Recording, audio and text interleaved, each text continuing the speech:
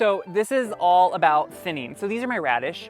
Anything like a radish, carrots, kohlrabi. If you don't know what kohlrabi is, look it up. You should grow it, it's delicious. Beets, turnips, they all need to be thinned if you're not really careful with how you plant seeds. And I'm not always. Sometimes I use a ruler, sometimes I do not.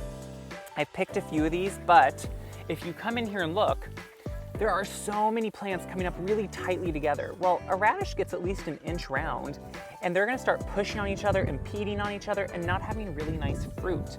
So to make sure you have better fruit, you do what's called thinning. And so when there's anything that's too close, you just pluck it out.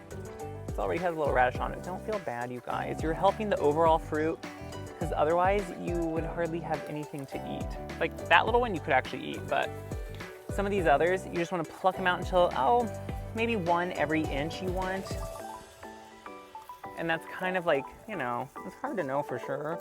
So don't feel bad if you feel like you're not doing that exactly, but just come through, look to make sure you have good spacing, thin the things out. Same with the carrots, you guys.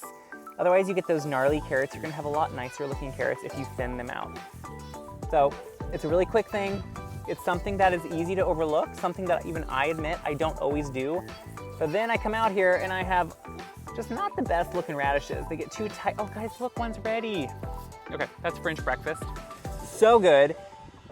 I love, it's a lighter flavored one. It's not too strong, it's not too spicy. It's really good dipped in some good salted butter.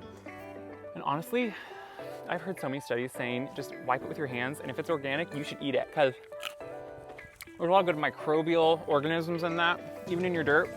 It's good. I love it. And I love radishes, so it's easy for me to do. Thin your fruits. Okay, it's a quick thing, but it's a good thing. Don't worry, I'm gonna keep posting videos. I love to post updates to you because you have so many questions, so keep the questions coming. I wanna know what you wanna see, and then I'll keep these coming, and you'll see way too much of me, which I don't like, but whatever.